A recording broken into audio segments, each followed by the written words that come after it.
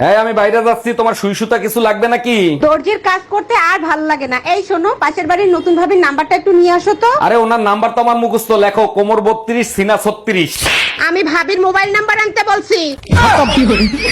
এই শোনো না, আমি চুল সোজা করব, আমাকে 1000 টাকা দাও না। মাত্র 1000? তুমি এক কাজ করো, মানি ব্যাগ থেকে 2000 নিয়ে যাও। আরে বাবা, লাগবে তো 1000, 2000 দিয়ে কি করব?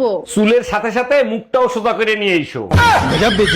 আরে বিয়ে করলাম, ম্যারেজের মতন একটা দিন কিচ্ছু দিল না। এর থেকে একটা পাগলরে বিয়ে করতাম, তাও মনটা সান্ত্বনা দিতে পারতাম। শোনো, মনে কষ্ট নিও না, একটা কথা বলি, ভুল বুদ্ধিমান মানুষরাই করে। আজ পর্যন্ত শুনছো কোনো পাগলে বিয়ে করে?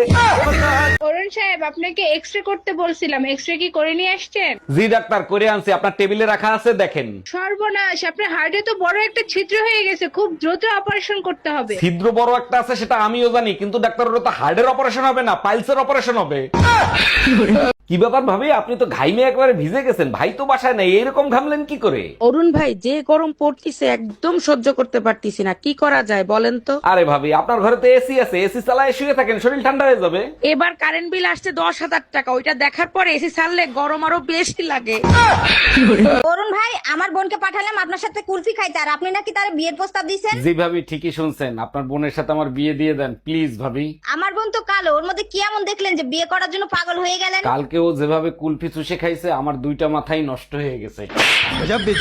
কেমন আছেন ভাবি? ভাই কোথায়? বাইরে দেখি না, ভাই কি চলে গেছে নাকি? অরুণ ভাই, যে গরম পড়ছে এতে কি ভালো থাকা যায়? আপনার ভাই একটু আগে চলে গেছে, এখন ভালো আছি। আরে ভাবি, আপনার মতো সুন্দর বউ যার আছে তারা তো একটু রোমান্টিকই হবে, আর একটু গরম তো সহ্যই করতে হবে, তাই না?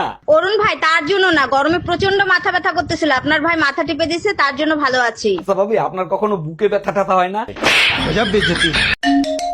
হ্যালো, এই, তুমি পাশের বাড়ির টুম্পা ভাবিরে কি বলছো? বলছি ভাবি, ভাই বিদেশ গেছে, তাতে কি হয়েছে? আপনার কোনো কিছু দরকার হলে আমারে বলেন, আমি করে দেবো। আজ তাড়াতাড়ি বাসায় আসবা, রুটি বানাবো। কিন্তু তুমি তো রুটি বানাইতে পারো না, শোনা।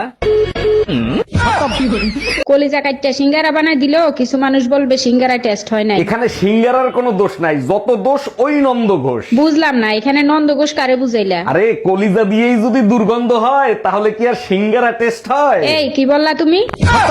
সকাল থেকে পাশের বাড়ির ভাবি তোমারে ফোন দিচ্ছে, ফোন রিসিভ করো না কেন? ভাবি কেন আমারে খুঁজবে? মনে হয় তোমারে খুঁজতেছে, রিসিভ করে কথা বলো তো। লাউডে দিয়ে আমি রিসিভ করতেছি, তুমি কথা বলো।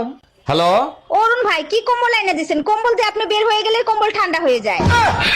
এই কি হয়েছে তোমার হাতে? অ্যাক্সিডেন্ট করছো নাকি? কুত্তায় কামড়াইছে, তাড়াতাড়ি চলো, ইনজেকশন দিতে যাবো। বিয়ের আগে তো আমারও কুত্তায় কামড়াইছে, কই আমি তো ইনজেকশন দেইনি, আমার তো কিছু হয়নি। আমি তোমারে বিশ্বাস করি না, দাঁড়াও তোমার মার কাছে শুনে দেখি।